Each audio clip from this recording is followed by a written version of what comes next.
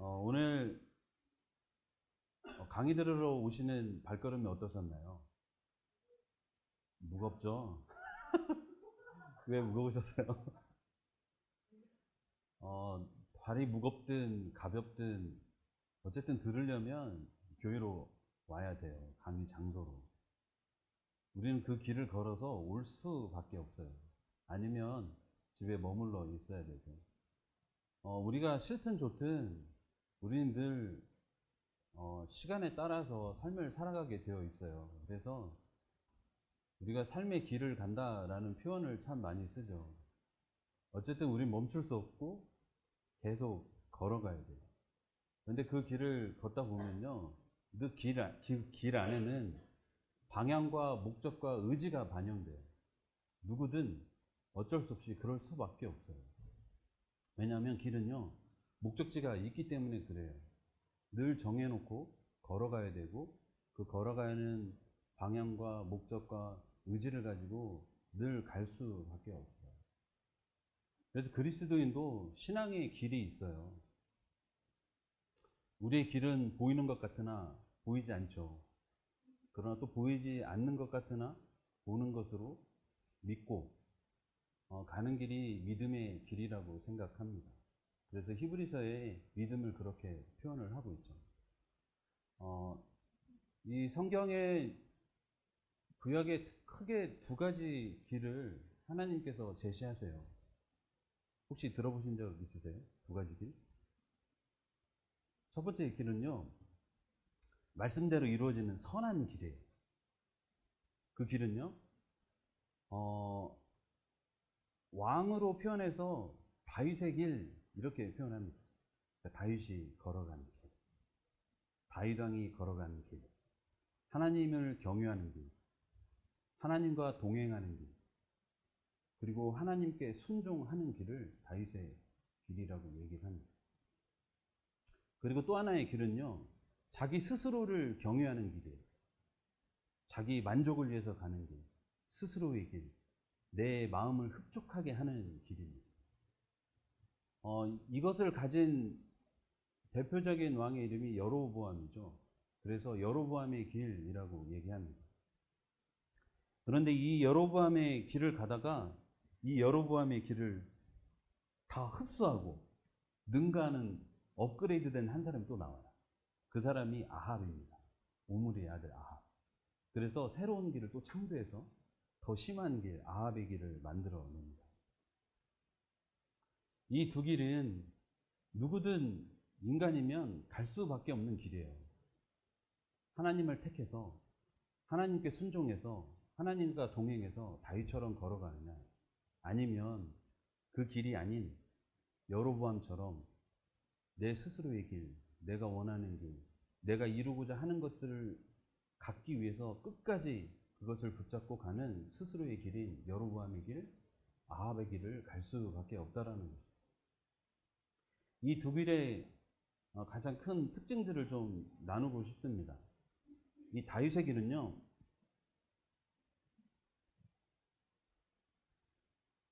하나님과의 마음이 하나가 되는, 그리고 또 그 하나가 되는 것이 사랑으로 기반해서 함께 동행하는 길입니다. 때론 이 길을 가는 사람들이 사랑이 너무 지나쳐서 인간이 할 수 없는 일들을 만들어내기도 해요.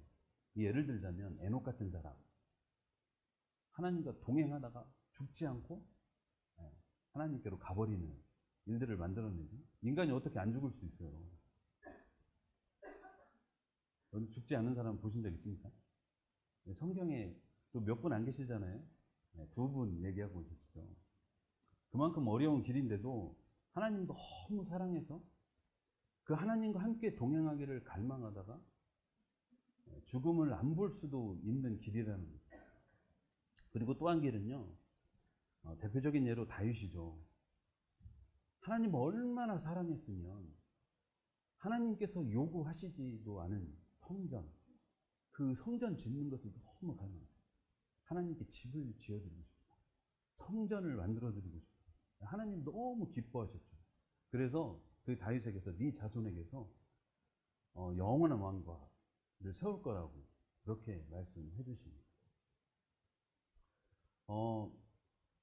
그러니까 사람이 하나님을 사랑하면요, 가끔 이런 일들이 생겨요. 하나님을 정말 사랑하고 그분을 갈망하게 돼요.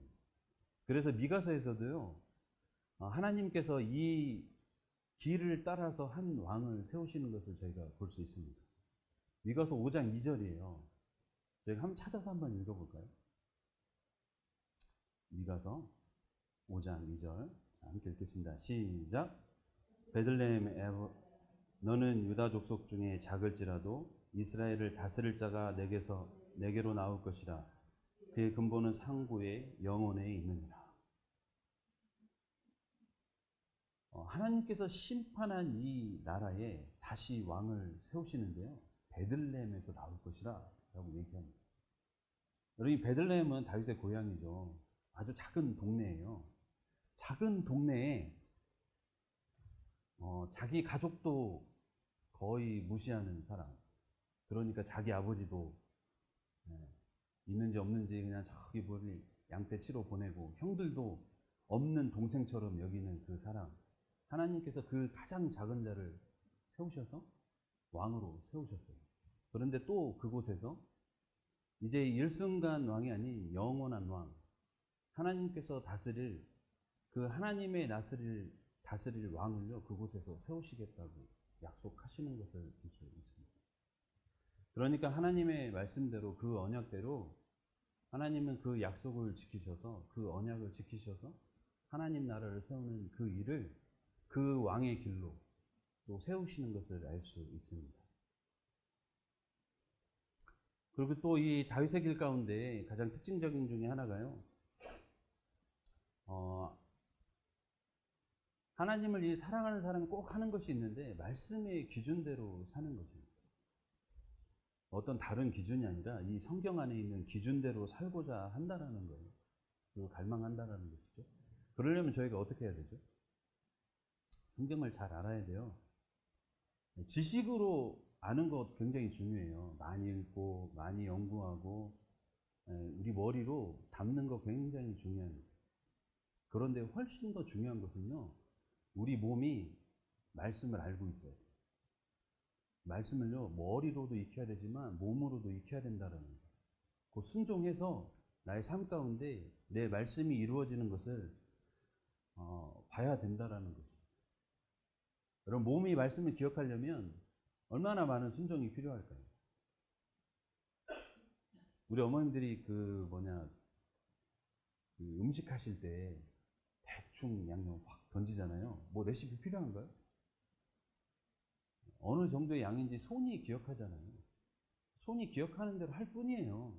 워낙 많이 했기 때문에. 저 같은 사람이 음식하면 매번 달라요. 왜냐하면 그만큼 하지 않잖아요.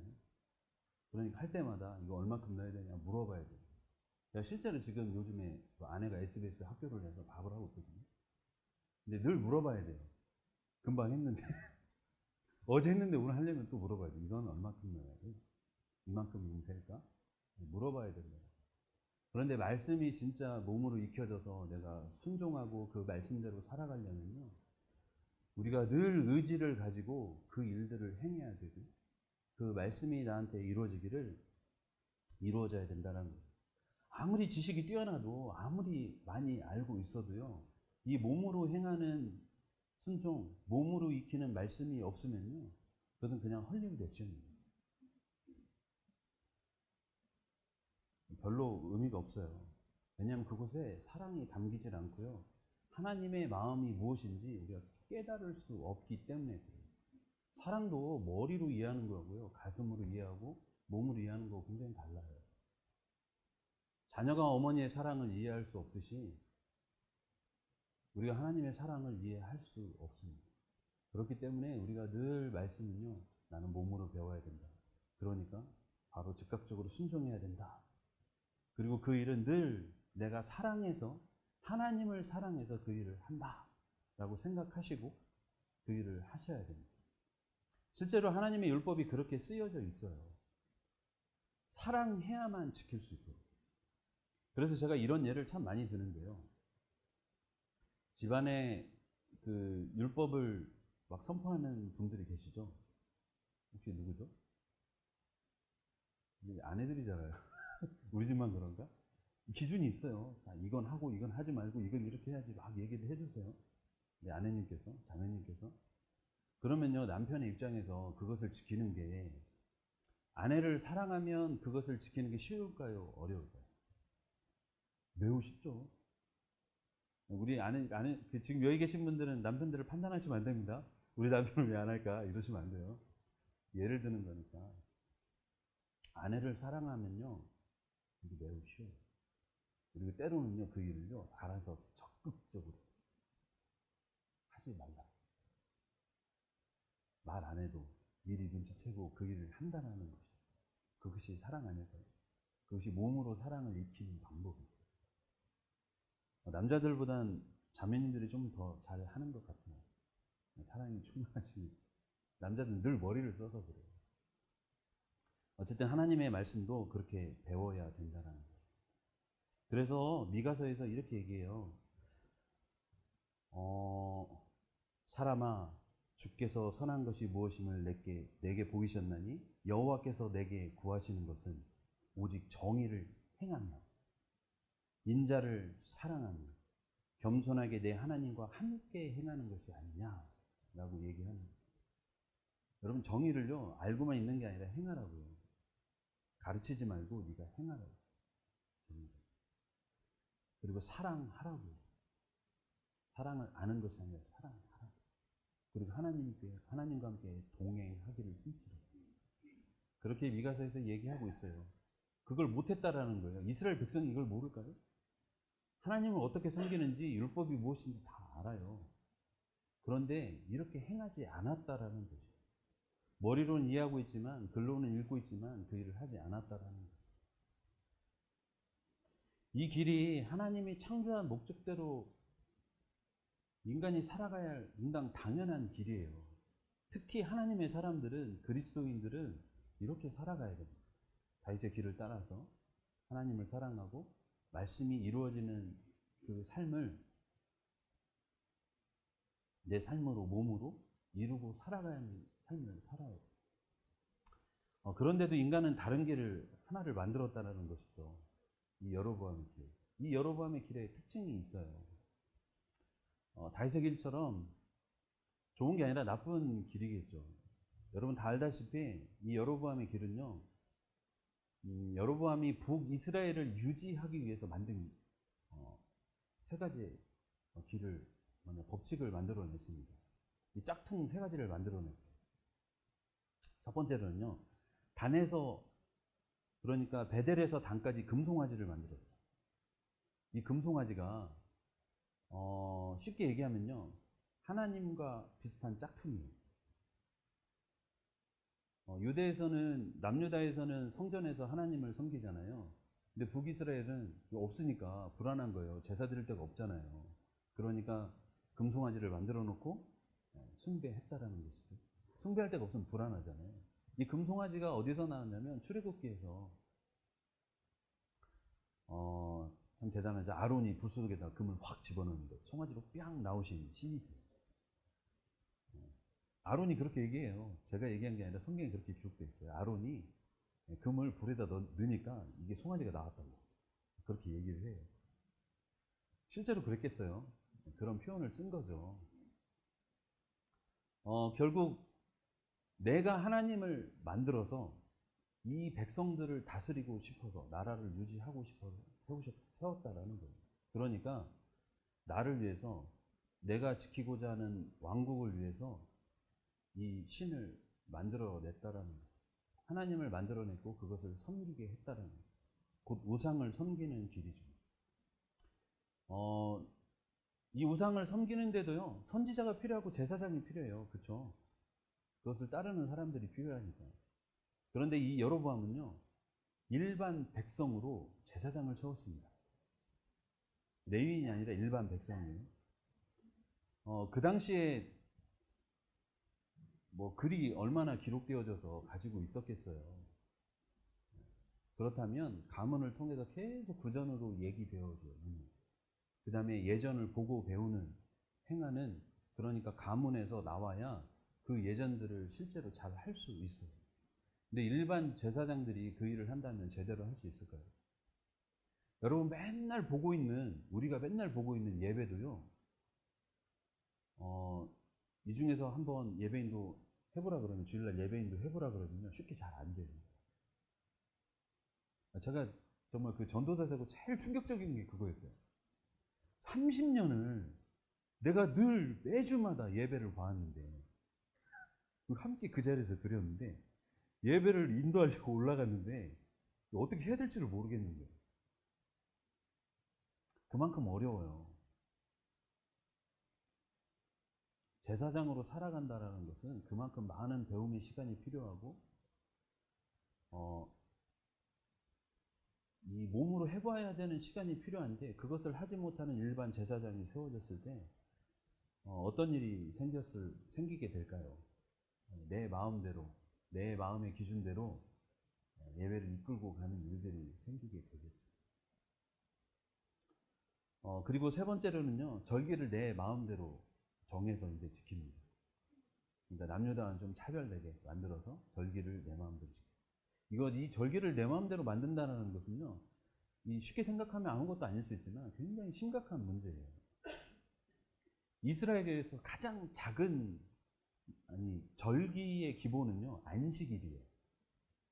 안식일은 한 주마다 돌아오는 그 순환 사이클이잖아요. 쉽게 얘기하면 구원의 사이클이에요. 창조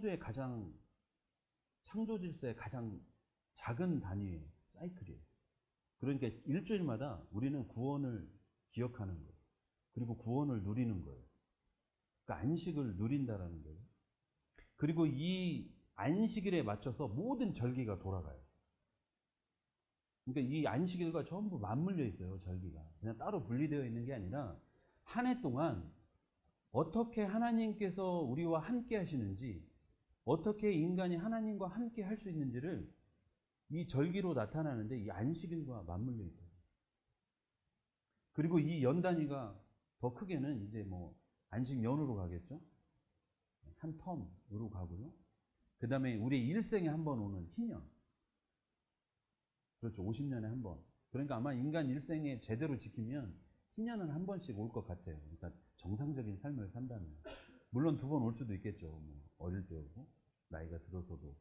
그러니까 대부분은 한 번 정도를 하나님의 완전한 해방을 누릴 수 있는 그런 절기가 우리한테 찾아온다라는 거예요. 그러니까 절기가 얼마나 중요해요. 우리 삶에, 우리 인생의 시간 가운데 하나님께서 하나님을 늘 평생 동안 기억하고 살게끔 하나님의 그 구원의 섭리를 일주일 단위로, 연 단위로, 한 텀 7년 단위로, 50년 단위로 계속적으로 느끼고 살고 그 하나님을 바라보고 살 수 있게끔 만들어 놨다는 것인데, 그것을 내 마음대로 정해버려요.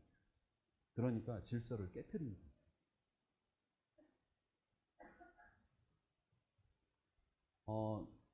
그래서 이 여로보암의 길은요, 내 마음대로 모든 걸 다 결정해요. 하나님 뜻대로 살지 않는 사람은요, 결국 이 여로보암의 길로 갈 수밖에 없어요. 여기까지는 그래도 그나마 조금 나아요. 근데 이 아합의 길이 이제 추가되는 분들이 있겠죠. 이 멸망의 조짐이에요. 아합의 길을 갖고 있는 분들은. 첫 번째는 이제 크게 두 가지인데요. 첫 번째는 혼합 종교를 만드는 거예요. 아합이 가장 위대한 일, 그러니까 악으로 위대한 일을 한 게 결혼이잖아요.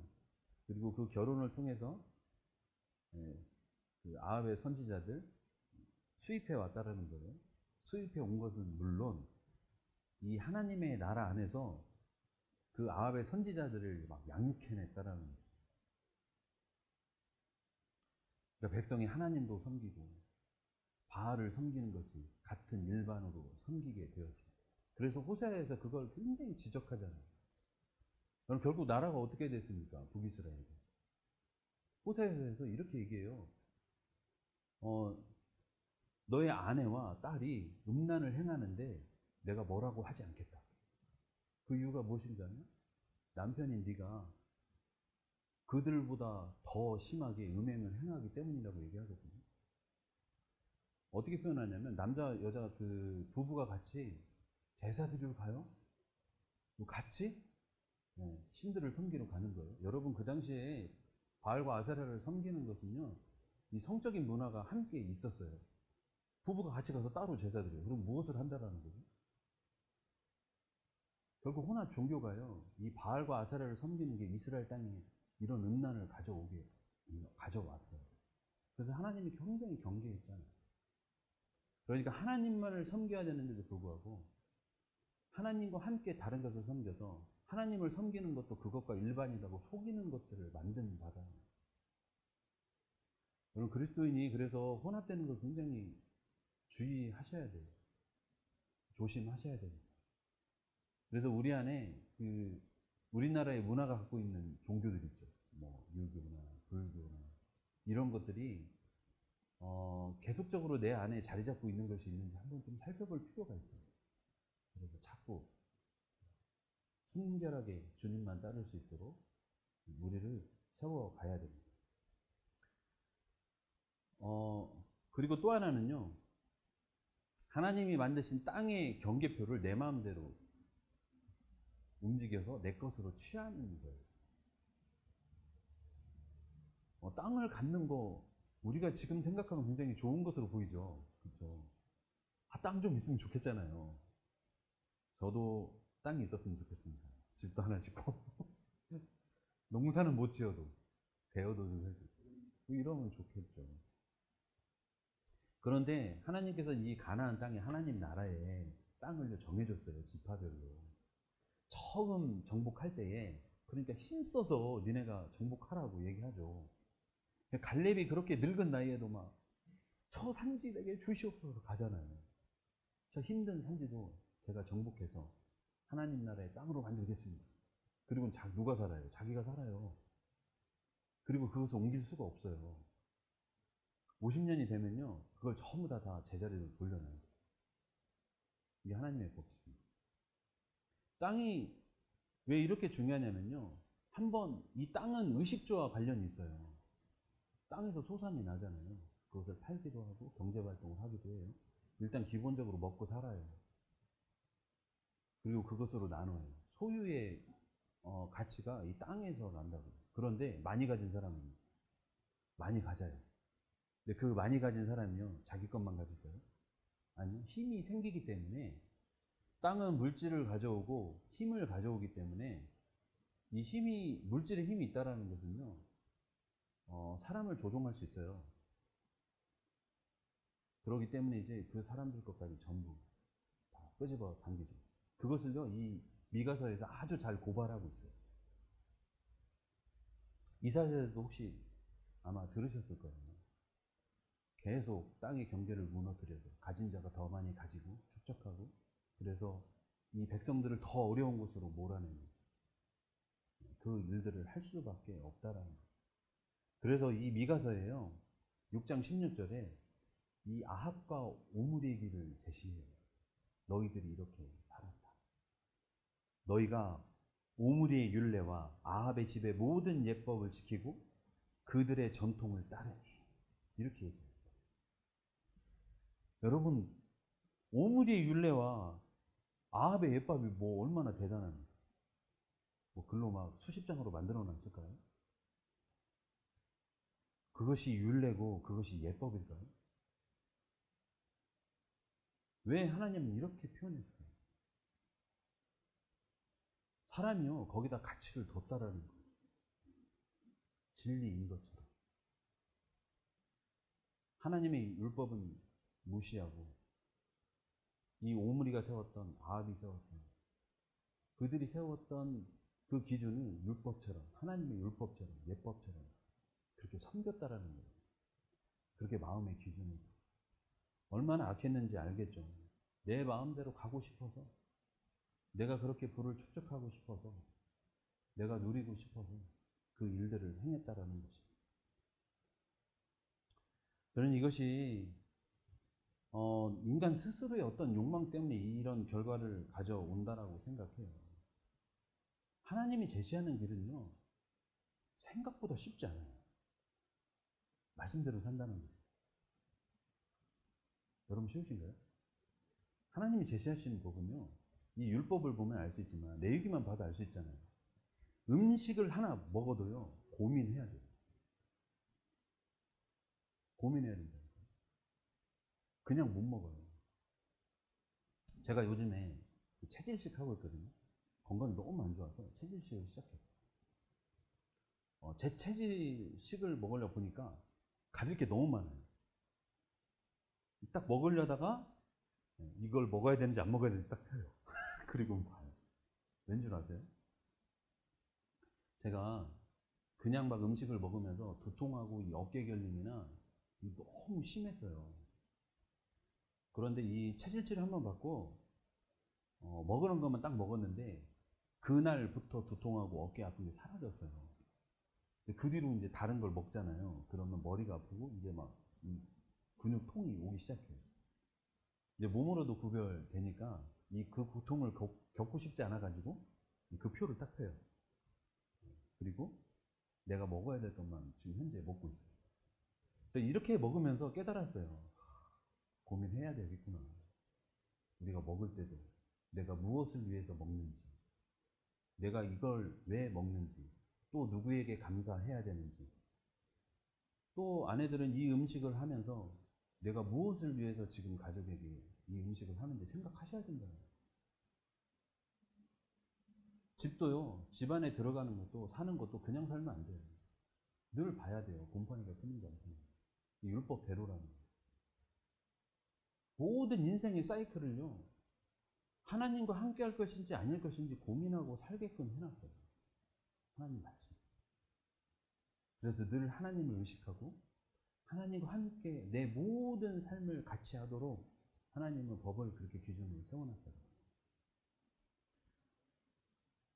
하나님을 사랑하는 사람은요, 이 길이 너무 쉬워요. 그러나 조금이라도 갈등하면 이게 매우 어렵죠. 그런데 내가 원하는 길은요, 그럴 필요가 없어요. 내가 원하는 대로 그것이 이루어지면 그만이에요. 내가 먹고 싶은 거 먹으면 그만이지. 돈이 얼마가 들고. 그럼 나는 그 욕구를 충족하니까 내가 사고 싶은 물건 사면 돼요. 그럼 내 마음에 기쁨이 솟아요. 도둑질을 한다고 그 마음이 불안해질까요? 저는 그렇지 않아요. 그러니까 도둑질도 계속 하는 거예요. 만족감이 있으니까. 그래서 저는요, 우리가 얘기하는, 가끔 사람들이 얘기하는 비전이 굉장히 위험 요소를 가지고 있다고 생각해요. 물론 성경에서 말하는 비전 말고 우리가 늘 그냥 쉽게 얘기하는 비전이 있죠. 내가 원하는 것을 딱 그려놓고 그곳으로 달려가는 길. 여러분, 그게 얼마나 위험합니까? 여러분, 이런 비전으로 살면 굉장히 위험해요. 내 욕구를 채우기 위해서 이 물불 가리지 않고 그 길을 계속 가거든요. 그렇게 갈 수밖에 없어요. 그래서 그리스도는요, 사명으로 살아요. 그래서 늘 하나님의 음성 듣는 삶을 사셔야 돼요. 하나님께서 오늘 나에게 어떻게 사시라고 말씀하시는가를 들으셔야 돼요. 그리고 그대로 하나님 나에게 이 일을 행할 수 있도록 능력을 주십시오. 함께 해주십시오. 나의 위로가 되어 주십시오. 그렇게 기도하고 하루하루를 살아가요. 여러분, 그 길이요, 미가서에서 얘기하고 있는 남은 자의 삶과 같아요. 7장 마지막에 그런 부분이 있죠. 여러분, 막 심판 당하고 있는데 미가가 기도하잖아요. 심판 당할지언정 나는 여호와를 바라보겠다. 하나님께서 심판을 내리실 때에도 나는 여호와를 바라보겠다. 하나님이 나를 일으켜 세우실 것이다. 나를 다시 돌아오게 하시고, 그러니 나는 그 말씀의 길을 가겠다. 그렇게 얘기하는 거예요. 그러니까 하나님의 사람은요, 이 환경과 상관없이 하나님의 음성 듣는 삶을 살면, 하나님께서 말씀하시는 그 말씀대로 그것을 나의 사명으로 알고 살면요, 행복해요. 그리고 우리에게 기쁨이 주어져요. 왜냐하면 그 하나님이 기쁨 충만하시기 때문에, 복이 충만하신 그 복의 근원이 하나님이시기 때문에, 늘 복이 함께 존재하고 우리 함께 갈 수밖에 없어요. 멸망할 때에도 구원받을 수 있어요. 포로로 끌려갈지라도 그 자리에서 하나님을 드러낼 수 있어요. 하나님의 영광을 나타낼 수 있어요. 그런 사람들이 있었잖아요. 그렇죠? 다니엘 같은 사람이. 오늘 이 MBS에 오신 우리 자매님들은 어떤 길을 걷고 계십니까? 어느 길에 이렇게 서서 계속 가고 계세요? 다윗의 길이세요? 아니면 여로보암의 길이 조금 있으신가요? 하나님 말씀이 이루어지는 길을 가시나요? 아니면 내가 막 원하는 길을 향해서 막 가고 계세요? 늘 점검하셔야 돼요. 아침에 생각하고 저녁에 돌아오고. 저는요, 여기에 모이신 우리 자매님들이 정말 중요하다고 생각해요. 여러분, 어머니의 역할은요, 보이지 않지만 너무너무 중요해요. 보이지 않는 것을 감당하는 것 같지만 결국엔 보이는 것을 감당하게 만드는 것이 어머니, 아내, 여성의 역할이라고 생각합니다. 그래서 우리 아내들이, 엄마들이 말씀대로 살아가는 훈련들을 잘하고 자녀에게, 때론 남편에게 잘 제시해 줄 수 있다면 얼마나 좋을까요? 그렇죠? 우리 자녀가요, 또 우리 남편이 사회적으로 성공하고 좋은 길을 가는 거, 그거 너무 좋죠. 그렇게 갈 수 있도록 뒷받침하고 배려해주고 뒷바라지 해주는 게 정말 중요해요. 왜냐하면 그것이 우리에게 기쁨을 주잖아요. 하지만 말씀으로 사는 삶이 사라진다면 여러분, 도리어 그것이요, 우리에게 화가 될 수 있어요. 내 가진 것이, 내가 누리는 지위가 미가서에 나와 있는 지도자들처럼, 가진 자들처럼 우리가 그것으로 더 많은 것을 향해서 갈 수 있는 마음이 막 욕구가 올라올 수 있다는 것입니다. 그래서 이스라엘이 실패했고요. 그 실패의 자리로 갈 수밖에 없어요. 여기에 계신 분들이 좋은 지도자 역할을 해주셨으면 좋겠습니다. 때론 뭐 안 보이는 것 같지만 나는 나의 가정을 지키는 말씀 맡은 자다라고 생각하시고, 물론 남편도 안 해야 된다라는 게 해야 되고 당연히 아내도 말씀을 가진 대로 내가 말씀을 배우는 만큼 늘 삶으로 다윗의 길로 가기를 힘써서 하나님이 기뻐하시는 정의를 행하고 그 하나님을 사랑하고 그 하나님과 함께 동행해서 늘 기쁨으로 나가는 삶을 사시길 간절히 소원합니다. 그럼 이제 미가서로 본격적으로 들어가 볼까요? 실은 제가 앞에서 얘기한 게 미가서 안에 대부분 포함되어 있는 내용이긴 해요. 좀 더 자세히 들어갔으면 좋겠습니다. 미가서는요, 1장 1절에 미가가 썼다라는 것을 참 잘 드러내고 있죠. 모레셋 사람 미가에게 임한 여호와의 말씀이다 라고 얘기하고 있습니다. 그리고 또 그 예레미야서에서도요, 이 미가를 언급을 합니다.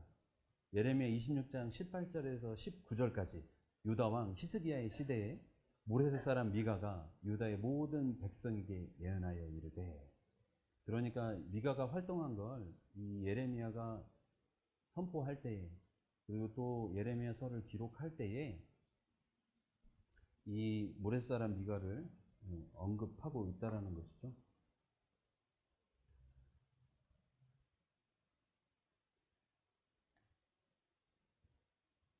그리고 그 선포한 말씀을 히스기야 왕이 들었다라고 얘기하고 있습니다. 선포 시기는요,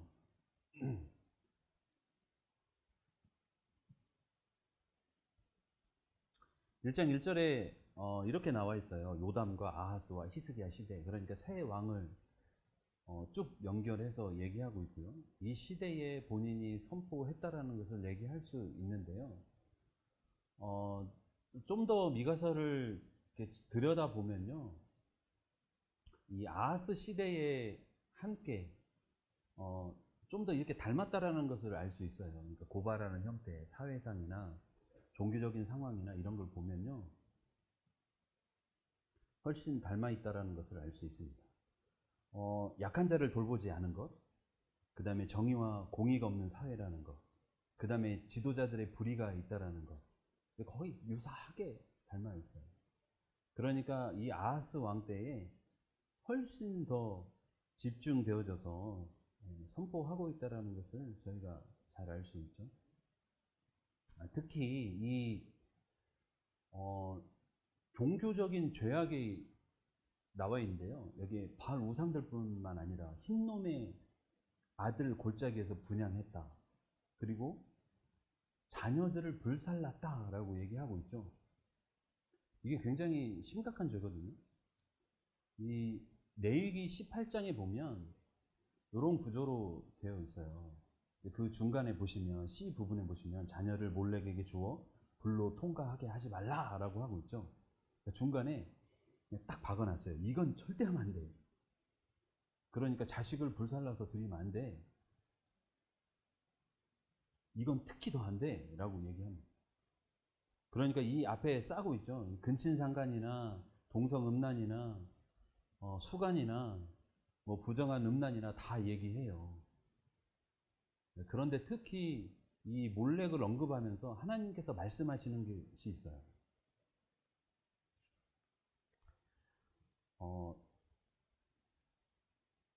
28절에 나와 있는데요. 너희도 더럽히면 그 땅이 너희가 있기 전 주민을 토함같이 너희를 토할까 하노라. 그러니까 이 일을 행하면요, 땅이 너희를 토해낸다라는 거예요. 이 토한다라는 것은요, 그러니까 쫓겨난다, 포로로 끌려갈 거라는 얘기예요. 그러니까 이 가나안 땅이 이 일을 행했기 때문에 내가 너희를 집어넣어서 그 땅을 안식하게 만들려고 그러는데, 니네들이 또 그 일을 하면 너희도 쫓겨나게 될 거야 라고 얘기하는 거예요. 그런데 이스라엘, 그러니까 유다의 왕들 중에 이 몰록에게 자식을 드린 왕이요, 이 아하스고요. 그 다음에 히스기야를 지나서 므낫세 왕 때에 몰록에게 자식을 드립니다. 근데 하나님께서 심판을, 유다 심판을 확정하시는 때가 언제냐면요, 이 므낫세 왕 때. 아하스 왕 때 한 번 했는데 히스기야를 통해서 종교개혁을 한번 확 일으키잖아요. 그렇죠? 일으켰는데도 불구하고 다시금 돌아가서 드려요. 그래서 하나님께서 멸망을 확정하세요. 성경에 이 땅이 토해낸다라는 부분이 두 부분이 있거든요. 하나는 지금처럼 음란한 행위를 하는 것, 그러니까 이방 신들을 섬기는 그 제의적인 행위들을 따라서 하는 것, 특히 아들을 드리는 것, 자식을 드리는 것, 신에게 자식을 드려요. 진짜 인간이 미치지 않고서야 할 수 있는 일인가요? 제정신으로 할 수 있는 게 아니거든요. 이미 끝난 거예요. 여기 누구든 아들을, 자기 자녀를 함부로 할 사람이 어디 있습니까? 땅에 토해낸다 얘기하고 있고, 또 하나는요, 피를 흘릴 때예요. 무고한 피를 흘릴 때. 창세기에 보면 가인과 아벨 사건 있죠. 가인에게 하나님께서 나타나셔서 말씀하실 때 이렇게 얘기하잖아요. 아벨의 피가 땅에서부터, 그러니까 땅이 호소한다. 그리고 나서 뭐라고 말씀하시죠? 땅이 너에게 소산을 주지 않을 거라고. 넌 땅에서 유리할 거라고. 유리한다는 게 방황한다라는 거잖아요. 포로처럼 그렇게 살아간다라는 거예요. 그래서 이스라엘에는요, 도피성이 있어요.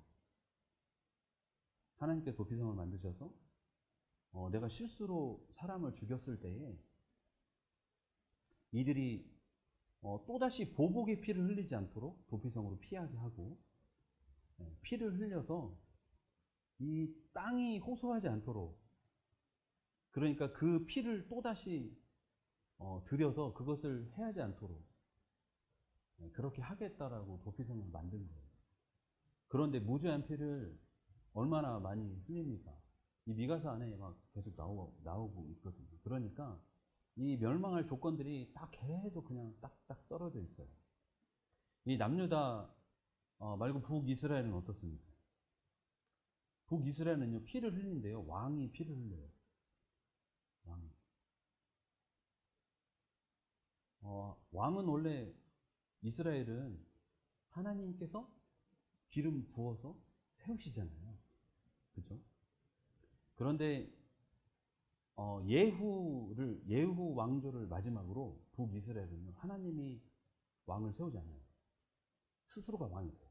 죽이고 끌어내리고 내가 왕 되고, 그래서 막 됐다가 금방 죽고 다시 왕이 세워지고.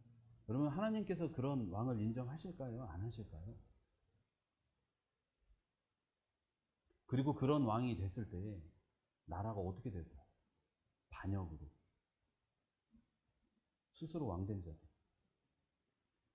네, 어마무시하겠죠. 그래서 하나님께서 어찌할 수 없을 그 나라를 심판할 수밖에 없는, 다시금 새로 시작할 수밖에 없는 나라를 그렇게 세워가십니다. 그러면 유다는 좀 낫다라고 하지만 이 남유다는 하나님의 성전이 있고 제사장들이 있잖아요. 그렇죠?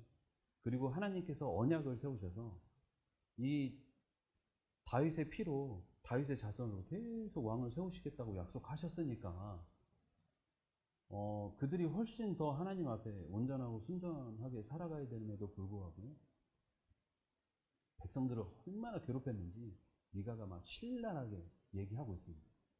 어느 정도냐면요, 아수르가 나라를 정복해 갈 때 이 다른 나라 백성들을 처단하는 듯한 그런 이미지로 백성들의 보혈을 빠는 것을 얘기를 하고 있어요. 나중에 한번 살펴봤으면 좋겠어요. 그러니까 잔인하게 학대하고 힘들게 그들을 자기 일들에 백성들을 사용했습니다. 참 많이 닮았어요. 그래서 아하스 시대에 집중적으로 이 미가도 선포했을 것으로 생각을 합니다. 그리고 이제 종교 개혁이 일어나죠. 히스기야 개혁이 일어나고요. 그 우상숭배 지도자의 타락이 있는데 이것에 반해서 이게 종교 개혁을 했다라고 얘기하는 거예요. 아마 이사야 때 얘기했을 것 같아서 제가 지금 좀 쉽게 넘어가고 있는 거거든요. 했다라는 거고, 그리고 예레미야에서 미가 선지자의 말씀을 듣고 돌이켰다 라고 얘기하고 있습니다. 그리고 미가서에 그 아수르가 예루살렘으로 오는 그 진군 형태를 정복해 오는 그림을 그려줘요, 1장에. 그래서 많은 성들을 이렇게 정복해가는 모습을 그려주거든요. 유다의 46개 성읍을 전부 다 파괴합니다. 그리고 예루살렘만 남잖아요. 그 이미지를 1장에서 얘기하는데 이 히스기야 때 이미 그것을 봤죠. 미가도 봤어요. 그래서 이미 이루어진 예언들을 갖고 있기 때문에 기록은 701년 이후에, 그러니까 사네립 왕이 쳐들어왔을 때에, 그리고 하나님께서 그들을 구원해 주신 그 이후에, 그러니까 모든 예언이 끝나고 이 미가를 기록했을 것으로 봅니다. 그러니까 청중하고, 그러니까 미가가 막 선포하는, 이 말로 선포하는 청중하고 글로 읽는 청중이 좀 다르죠. 그렇죠. 701년 전후로 나뉘는데요. 상황은 똑같아요. 듣고 이해해야 하는 상황은 똑같기 때문에 별로 상관이 없어요. 그래서 양쪽 시대에 전부 다 똑같은 의미를 주기 때문에 크게 달라질 것은 없습니다. 히스기야 이후에 므낫세 왕이 나와서 똑같이 아하스처럼 그렇게 그런 행위를 했다고 했잖아요.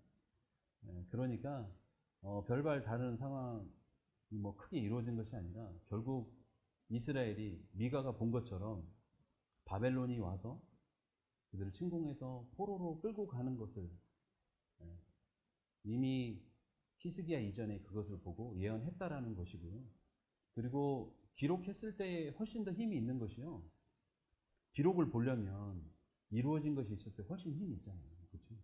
1장에 나와 있는 이 아수르의 침공의 모습들이 이미 이루어진 사건들이기 때문에 그리고 예언을 종료하고 히스기야 시대까지 예언을 종료하고 기록했을 가능성이 굉장히 높습니다. 하지만 그렇다고 그 이전에 아하스 시대에 썼다라고 해도 사실은 상관은 없어요. 근데 그렇게 보고 싶다라는 것이죠.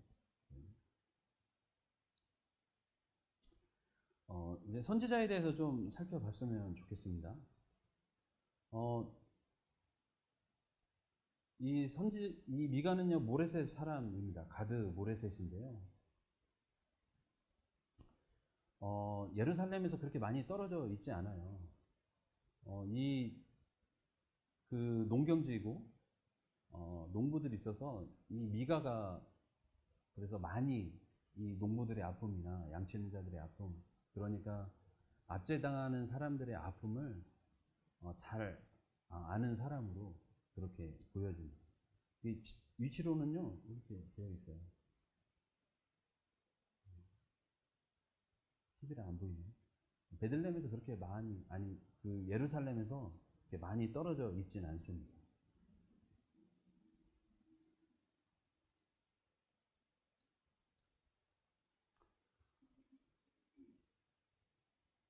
이 미가라는 이름은요, 여호와 같은 자 누구인가? 라는 뜻을 갖고 있습니다. 근데 미가서에 한번 나오거든요. 비슷한 그 얘기가 나오죠. 7장 18절에 이렇게 얘기합니다. 마지막이죠. 마지막 그 예언을 기록하고 끝낼 때쯤에 이렇게 얘기합니다. 7장 18절에 주와 같은 신이 어디 있으리까? 그러니까 주와 같은 이가 누구입니까? 라는 비슷한 얘기로 묻고 있죠.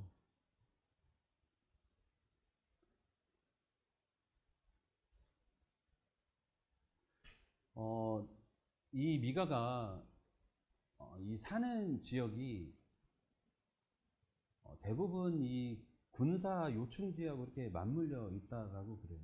그러니까 전쟁을 하려면 여기를 꼭 그 군사들이 왔다 갔다 하는 거예요.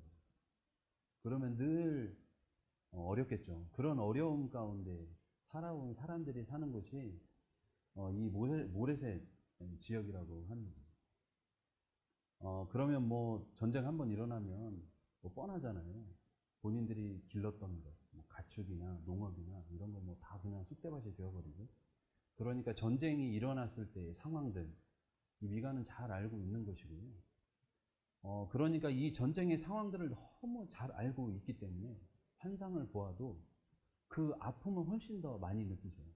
그러니까 1장에 그 미가가 애통하는 모습을 보여주잖아요.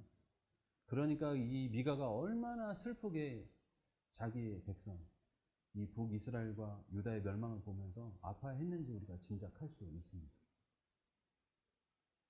그리고 또 하나 이 미가가 대부분 다 이 예루살렘이 아니라 변두리잖아요. 지역에 살면서 가난한 자와 일단은 이사야는 이 왕궁 안에 가장 중심적인 곳에서 선포했죠. 그러니까 이사야는 또 뭐 막 그 어마어마한 양으로 아주 세련되게 많이 선포했다면 미가는 굉장히 거칠어요. 표현들이나 이런 것도 굉장히 거칠고 직접적으로 표현하는 것을 저희가 잘 알 수 있습니다. 미가는 하나님의 영으로 충만한 사람입니다. 뭐 선지자, 하나님 말씀을 선포하는 선지자 다 그렇죠. 그래서 그렇게 나와 있습니다. 그 심판에 대한 애통하는 마음, 특히 자기의 삶을 갖고 있기 때문에 지정학적으로도 자기 고향에서 어떤 삶을 계속적으로 봐와온 것들이 있기 때문에 본인이 보다도 훨씬 그러니까 가족들이 그런 것들을 보고 전쟁들을 얘기할 수밖에 없는 지역에 살고 있다라는 거죠. 여러분 4.3 사건 하면 제주도 분들은 그렇죠. 어르신들 장난 아니시잖아요. 그런 것과 비슷한 것이죠. 그리고 농가 사장을 잘 알고 있습니다. 농민들이 어떠한 삶을 살고 있는지. 그리고 그렇기 때문에 더 힘과 권위와 지도력을 가진 사람들에게 훨씬 더 많이 직접적으로 선포할 수밖에 없는 그런 위치의 사람이라는 것이죠.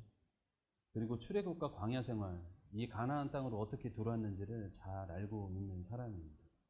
그리고 이스라엘 역사도 잘 알고 있는 사람이라는 것이죠. 하나님의 말씀을 선포하는 사람은요, 하나님의 말씀을 잘 알아야 됩니다. 그래서 그 기준으로 얘기해 줄 수 있어요.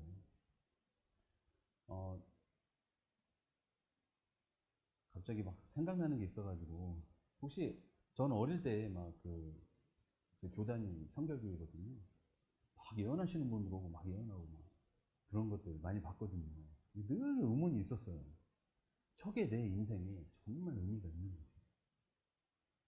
왜 의미가 있지? 저 사람이 하는 말. 정말 하나님께서 말씀하시는 얘기일까? 어, 그런 의문이 굉장히 많이 들었어요. 힘들고 어려울 때 그런 예언이 우리에게 다시금 하나님을 바라보게 할 수 있는 정말 큰 힘이 되기도 하는 것 같아요. 예언이. 하지만요, 그것만 본다면 굉장히 위험한 거예요.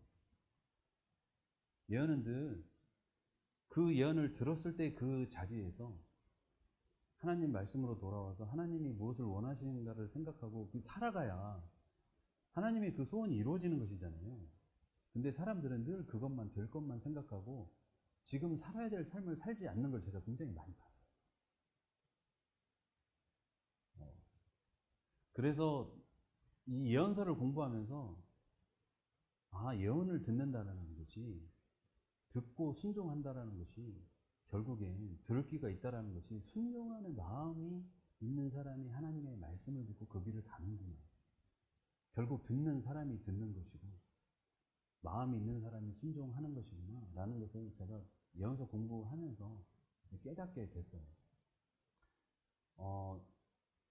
혹시 이 중에서도 그런 예언을 들어본 분들이 있다면 끝까지 믿으세요. 그리고 오늘의 삶을 충실히 살아가면요, 하나님께서 그런 축복들을 말씀하신 것들을 우리에게 이루시지 않겠어요?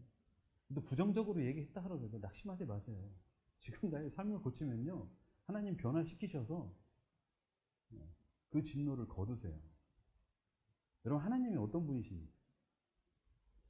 미가 선지자가 얘기한 것처럼 하나님 같으신 분이 없어요. 여러분, 아수르의 선지자를 보내서 단 한마디로 하나님 말씀을 선포했는데 그 이방 백성이 회개했을 때 하나님은요, 그 진노를 거두셨어요. 이방 백성들, 믿지 않는 자, 믿지 않았던 자들, 하나님의 말씀을 들을 때 회복시키셨는데 하나님의 자녀들은 어떠겠어요? 훨씬 더 관심을 가지시고 작은 움직임에도 하나님 반응하셔서 우리 가운데 개입하시다라는 것입니다. 아수르가 이스라엘 침공한 것들은 굉장히 많이 들으셨을 거예요. 그래서 이런 것들은 좀 빨리 넘어가도록 하겠습니다. 아수르가 굉장히 무서운 건 정말 잔인하다는 거예요. 네. 그렇다고 해서 한 번에 와가지고 막 그 잔인성을 보이냐? 또 그런 건 아니에요. 돈을 요구해요. 돈, 공물. 어마어마한 양의 공물을 요구해요. 그리고 자기 기준을 제시하고 그대로 하라고 하죠. 안 하면요, 와가지고 본때를 보여주고 나중에 결국엔 정복하는 것을 볼 수 있습니다. 그것을 이스라엘은요, 전부 경험했어요. 그러니까 그 잔인함이 얼마나 무서웠으면, 한편으로는 또 그 히스기야 왕이 이해가 되는 부분도 있어요. 종교개혁을 하고 하나님을 막 의지하다가 아수르가 쳐들어오니까 그 위기 앞에서 막 성전의 금까지 막 뛰어다가 조공을 바치는 것을 볼 수 있잖아요. 정말 무서웠던 것이죠. 그럼에도 불구하고 하나님을 의지했었어야 되는데 첫 번에 의지를 못해가지고 그런 어려움을 당했죠.